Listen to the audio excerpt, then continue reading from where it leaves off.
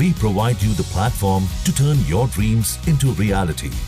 Give wings to your aspirations with KR Mangalam University. Or Claude, exactly. So most of us are using it, but लेकिन दूसरी तरफ sometimes डर है that there'll be job loss, there might be redundancies. There's also been news of cognitive decline अगर ज़्यादा use कर रहे हैं. So I'm going to start by asking Prasoon ji and Prahlad ji for both of your take. Maybe Prahlad ji first and then Prasoon ji. When you look at AI, do you look at, and especially Gen AI now, do you look at it more as a tool that can make us all better? Do you see why sometimes people are also worried about it? What would your take be? See, I'm a dinosaur. So I started long before the digital age came in, and my familiarity was always non-digital. But I had to learn to deal with the digital world because that's what the world in the future is going to be. Now, when I looked at AI, and I was overwhelmed by the fact that it was so amazingly quick and it provided all the answers. But I realized at that time that the only thing that AI couldn't replicate was me. It could copy everything else. वो सब cut paste दुनिया भर की चीजें ला के cut paste कर सकता है ओरिजिनली, पर मुझे नहीं कॉपी कर सकता. तो it was a challenge to me कि मैं एआई को अपना गुलाम रखूं या एआई को अपना मालिक बनाऊं. तो that is the challenge for everybody in this room today. या एआई आपका गुलाम होगा या एआई आपका बाप होगा. तो that is for you to decide. And Prasoon ji? ये सब लोग एआई की बात करते हैं और ऐसा लगता है हम सब मूलतः समझते हैं कि एआई में की क्या बात हो रही है, आर्टिफिशियल इंटेलिजेंस.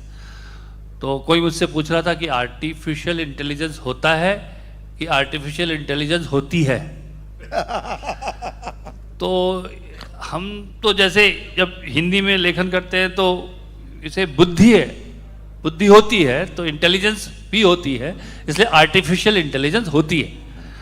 आर्टिफिशियल इंटेलिजेंस होता है तो एक तो ये आपको पहले किसी को आप बुद्धि का पर्याय मान रहे हैं तो उसी तरह से व्याकरण चलेगा उसका.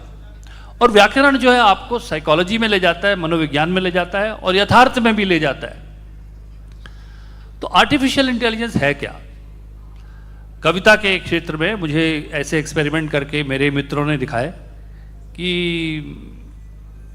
आप जो है ये आप देखेंगे, शायद आपको भी मिल जाएंगे वो, कि ये ऐसा एक चित्र है और इसको प्रसून जोशी के तरह से लिखकर दिखाइए. तो आर्टिफिशियल इंटेलिजेंस ने वो दिया. आर्टिफिशियल इंटेलिजेंस क्या करती है कि जैसे अब हम सब लोग यहां बैठे हैं, ये कलेक्टिव इसे कहते हैं, सामूहिक है, ये सारी सब लोगों की बुद्धि है. एक सवाल आपके ऊपर छोड़ा जाए और एक सवाल मुझ पर छोड़ा जाए और आप सबकी जो सामूहिक बुद्धि है उसका प्रयोग करके उत्तर निकाला जाए, तो मैं मानता हूं कि ये उत्तर शायद बेहतर होगा. क्योंकि एक व्यक्ति का दिमाग और इतने सारे लोगों का एक साथ लग रहा है, ये डिफरेंस आर्टिफिशियल इंटेलिजेंस में है. जब आप कोई सवाल छोड़ते हैं या कोई रचना की बात करते हैं तो वो जितनी भी इंफॉर्मेशन अवेलेबल है उस सबसे कोलेक्ट करके आपको एक आंसर निकाल के दिखाता है. तो ऐसा लगता है कि आर्टिफिशियल इंटेलिजेंस को इंडिविजुअल से बेहतर माना जा सकता है, हो सकती है. सवाल यह आता है, प्रहलाद जी ने कहा कि मुझे जो सूक्ष्म रूप में मैं हूं मुझे व्यक्त नहीं कर पाती.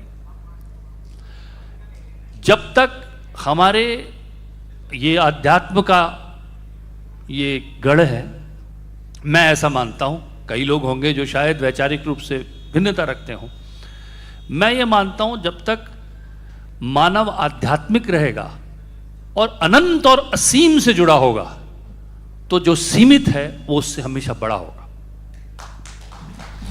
और ये उसकी जो as far as you are plugged in the spirituality and limitless, you will be always better than something which is full of limits. सो ये है, हालांकि आर्टिफिशियल इंटेलिजेंस में बहुत चर्चा हो सकती है।